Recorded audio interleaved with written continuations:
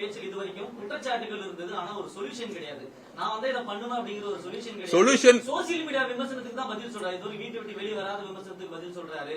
அவர் 10 நிமிஷம் பேசலாம்னு சொன்னதுக்கெல்லாம் பதில் சொல்றாரு தவிர அரசு எந்த இடத்துல எங்க பிரச்சனை இருக்குதுன்ற அடிப்படை பிரச்சனைகளை பத்தி சொல்லல. சென்னை நகரத்துல பாத்தீங்கன்னா தினம் ஒரு நாளுக்கு ஒரு போராட்டம் நடந்தது. போராட்டத்தை பத்தியும் பேசல, போராட்டத்துக்கு களத்துக்கும் விஜய் அவர்கள் வரல. இப்படி அவர் இந்த சோசியல் மீடியா கண்டென்ட் இந்த ஹெட்லைன் ஸ்பீச்சா தான் இருக்குது. என்னைக்கு தமிழக அரசியல் களத்துல மக்களுக்கு தாக்கத்தை ஏற்படுத்தக்கூடிய ஒரு ஸ்பீச்சா இருக்க போது, என்னைக்கு களத்துக்கு வர போறாரு? அவருடைய ஸ்பீச் தாக்கத்தை ஏற்படுத்தலன்னா காலையில இருந்து நைட் வரைக்கும் ஏன் லைவ் போடுறீங்க?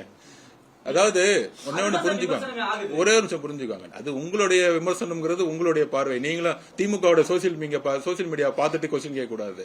அவருடைய பேச்சு வந்து தாக்கம் ஏற்படுத்தலன்னா 5 கோடி பேர் எப்படி டிவில பாப்பாங்க? இல்லன்னா நீங்க மித்த எந்த தலைவர்களை வந்து காலையில இருந்து நைட் வரைக்கும் 10 மணி நேரம் 12 மணி நேரம் நீங்க லைவ் டெலிகாஸ்ட் பண்றீங்க?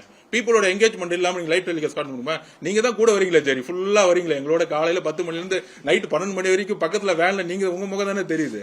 அப்ப பப்ளிக்கோட என்கேஜ்மெண்ட், ஒவ்வொரு நேரமும் பப்ளிக்கோட என்கேஜ்மெண்ட் ஒவ்வொரு தலைவருக்கும் உரிமை இருக்கு. எந்த பிரச்சார களத்தை எப்படி உருவாக்கணும்? பெரியார் ஒரு பிரச்சார களத்தை உருவாக்குவார், அண்ணா உருவாக்குவார், ஒவ்வொருத்தருக்கும் ஒரு பிரச்சார களம் இருக்கும். இன்றைக்கு பிரச்சார களம்ங்கிறது மொபைலுக்கு போயிருச்சு. எல்லாரும் பழைய அப்டேட்ல இருக்காங்க. நாங்க அவருடைய ஒவ்வொரு நிகழ்வையும் ஒவ்வொருத்தரும் தமிழ்நாட்டில் இருக்க ஒவ்வொருத்தருக்கு கைபேசிக்கு வந்து அவர் பேசுறதெல்லாம் போயிருச்சு.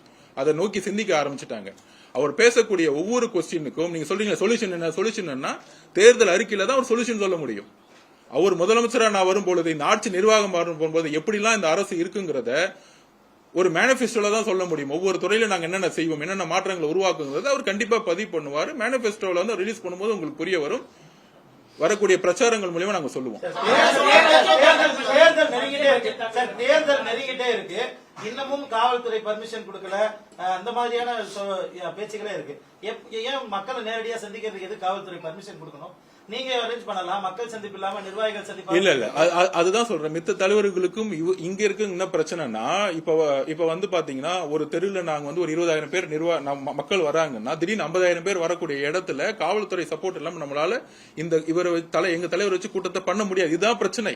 ஆல்ரெடி ஒரு பிரச்சனையை நாங்க பாத்துட்டோம். நீங்களே பாத்திருப்பீங்க எவ்வளவு பெரிய பிரச்சனை. ஒரு தெருவில் வந்து அந்த இடத்துல மேக்சிமம் 10,000 பேர் நிக்கலாம். ஆனா அன்னைக்கு ஃப்ளோ எவ்வளவு போச்சு நம்மளால கால்குலேஷன் கூட பண்ண முடியாது. நீங்க என்ன வேணா விமர்சனம் பண்ணலாம், இந்த மக்கள் வந்து ஓடி வராங்க, பாக்குறாங்க, அவர் வந்து ஃபேன்ஸா வராங்க அப்படின்னு. ஆனால் எங்களை பொறுத்த வரைக்கும் மக்களுடைய கமிட்மெண்ட், நீங்க திருவாரூர் கிரௌட் நீங்களும் வந்தீங்களா, எல்லாரும் பாத்தீங்களா? திருவாரூர் கிளப் ஃபேன்ஸ் மட்டும் கிடையாது, கலைஞர் பிறந்த ஊர், ஒட்டுமொத்தமா கலைஞர் பிறந்த ஊர் அன்னைக்கு கிட்டத்தட்ட 4 மணி நேரம் முடங்குச்சு. அப்ப மக்களுடைய கமிட்மெண்ட் இருக்க இடத்துல மக்களுக்கான பாதுகாப்போட தான் வந்து எங்களுடைய தலைவர் செல்ல முடியும். இது ஒரு பேஸ். இதுதான் நாங்க பதிவு பண்ணிட்டே இருக்கோம். இப்ப பர்மிஷன் வந்து சேலத்துல கொடுத்துட்டாங்க. அதுலயும் நாங்க சொல்லியிருக்கிறோம், மக்களுக்கு வந்து எல்லா மக்களுக்கும் அழைப்பு கிடையாது, தேர்ந்தெடுக்கப்பட்ட மக்கள் மட்டும்தான் நம்ம வந்து பதிவு பண்ண போறோம். ஏன்னா அதுதான் காவல்துறை வந்து கண்டிஷனே போட்டிருக்கு. இவ்வளவு பேர் தான் வரணும், 4500 பேர் தான் வரணும், அதுக்கு மேல வந்தா நாங்க வந்து பர்மிஷன் 30 நாள் ஆக்கணும்னா நாங்க எப்படி பாண்டிச்சேரியில் லிமிட் பண்ணமோ காவல்துறையோடைய கோரிக்கையும், அதுக்கப்புறம் வந்து இன்னைக்கு அரசியல் சிச்சுவேஷனுக்காகவும் அவர் வந்து எல்லா டிஸ்ட்ரிக்ட் விசிட் பண்றதுக்காக நாங்க வந்து பர்மிஷன் வாங்கியிருக்கோம்.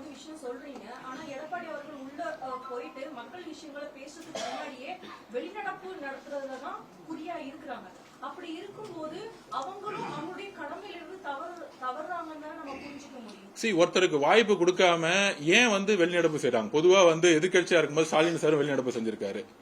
பொதுவா எதிர்கட்சிகளை வந்து பேச விடாம நிப்பாட்டுறதுதான் வந்து வாய்ப்பு கொடுக்காம இருக்கும்போது வெளிநடப்பு செய்வாங்க. அப்ப அவர் எதுக்கு வெளிநடப்பு செய்யறங்கிறது இது வரைக்கும் நமக்கு எந்த விதமான தகவலும் வந்ததே கிடையாது. அப்ப எப்படி பாராளுமன்றத்துல வந்து ஆளுங்கட்சியோ எதிர்கட்சியோ ஒரு டிரான்ஸ்பரன்சியா லைவ வந்து நேரலையா வந்து எப்படி ஒளிபரப்புறாங்களோ அதே மாதிரி எல்லா மீடியா சேனல்ஸ்க்கும் லிங்க் எடுத்து சட்டசபையில நடக்குதுங்கிறத ஒளிபரப்பட்டுமே. அப்ப எதிர்கட்சி தலைவர் அவருடைய பணியை செய்ய விடாம வெளிநடப்பு செய்யறாரா, இல்ல முதலமைச்சர் அவர்கள் வந்து எதிர்கட்சிக்கு வாய்ப்பு கொடுக்கிறாரா இல்லையாங்கிறது நேரலையில பண்ணி ஏன் டிரான்ஸ்பரன்சியான ஒரு கவர்னன்ஸ் உருவாக்க மாட்டேங்கிறாங்க? இந்த கொஸ்டின்ஸை வந்து பத்திரிகையாளர்களையே இது வரைக்கும் கேட்கல முதலமைச்சரை பார்த்து. இது எதிர்கட்சியா இருக்கும்போது முதலமைச்சர் ஸ்டாலின் அவர்கள் சொன்னது தானே, நேரலையில ஒளிபரப்புங்க, எனக்கான பேசுறதுக்கு வாய்ப்பு கொடுக்கல அப்படின்னு வந்து அன்னைக்கு இருந்த இபிஎஸ் அவர்களை பார்த்து கொஸ்டின் கேட்டது தானே. அதுதான் நாங்க பதிவு பண்றோம். சட்டசபையை முதல்ல நேரலில் ஒளிபரப்பு பொதுமக்கள் பார்வைக்கு கொண்டு வாங்க. மக்களால் தேர்ந்தெடுக்கப்பட்ட எம்எல்ஏ அவர்களும் சரி, அமைச்சர்களும் சரி, முதலமைச்சரும் சரி, மக்கள் பார்வை முன்னாடி மக்களுக்காக என்ன செய்யறாங்கிறத வரக்கூடிய மானிய கோரிக்கையிலிருந்தே நம்ம வந்து ஒளிபரப்ப நாங்க கேட்கிறோம். இது எங்களுடைய கோரிக்கையில எங்களுடைய மக்களுடைய உரிமை அப்படின்னு நாங்க சொல்றோம். காங்கிரஸோட கூட்டணி பேச்சுவார்த்தை நடக்கும். முத திமுக பேச்சுவார்த்தை பண்ண சொல்லுங்க. என்ன பார்த்து கேட்டீங்க? உங்க காங்கிரஸோடைய கிரீஷ் சார் வந்து 2 மாசமா வெயிட் பண்ணிட்டு இருக்காரு. அறிவாலயத்துக்கு வெளியே பேச்சுவார்த்தை நடத்துங்கன்னு. எப்ப பார்த்தாலும் 2 கட்சிக்கு வந்து ரொம்ப என்ன சொல்றது, நாங்க வந்து செக்குலரிசம் போர்ஸ், அதுக்கப்புறம் வேற என்ன சொல்லுவாங்க, உருட்டுவாங்களே, என்னென்னமோ இந்தியா கூட்டணி, மத சார்பற்ற கூட்டணி, திடீர்னு அப்பப்போ ஒரு போராட்டம் பண்ணிக்கிட்டு மேல நின்றுட்டு இருப்பாங்க. ஆனா அங்கிருந்து காங்கிரஸ் தலைமை வந்து பேச்சுவார்த்தை குழு அனுப்புவாங்க. ஆனா அறிவாலயத்துக்கு வெளியே நிக்க வச்சுட்டு அவங்க பாடி நின்று பேசிக்கிட்டே இருப்பாங்க. இவங்க கேட்ட திறக்கவே மாட்டாங்க. மொத்தம் கூட்டணியில இருக்கிறாங்க, அங்க பேசட்டும், அதுக்கப்புறம் நாங்க பேசட்டும். தலைவர் 234 தொகுதியிலும் மனு வாங்க சொல்லிட்டாரு. எங்களுடைய பிரச்சாரத்தை நாங்க உருவாக்கிட்டோம். உங்களுக்கு தெரியும், 1 மணி நேரத்திலேயே 10,000 அப்ளிகேஷன்ஸ் வந்து ஃபுல் ஆகி ஆன்லைன்ல போட்டுட்டோம். யாரும் வந்து ஆபீஸ் வராதீங்கன்னு சொல்லிட்டோம். இது வரைக்கும் எந்த கட்சிக்கும் இந்த மனுவை வாங்குறதுக்கு, இப்ப எலெக்ஷன் நிக்கிறதுக்கான மனுவை வாங்குறதுக்கு இது வரைக்கும் இந்த மாதிரி நடந்ததுல நீங்களே பார்த்திருப்பீங்க. நாங்க ரொம்ப உறுதியா இருக்கும். 234 தொகுதியிலும் நாங்கள் தனியாக நின்றே வெல்ல முடியும். பிளே ஸ்டோர் மற்றும் ஆப் ஸ்டோரில் இருந்து பாலிமர் செயலியை QR கோடு மூலம் பதிவிறக்கம் செய்யுங்கள். செய்திகளை உடனுக்குடன் பெறுங்கள்.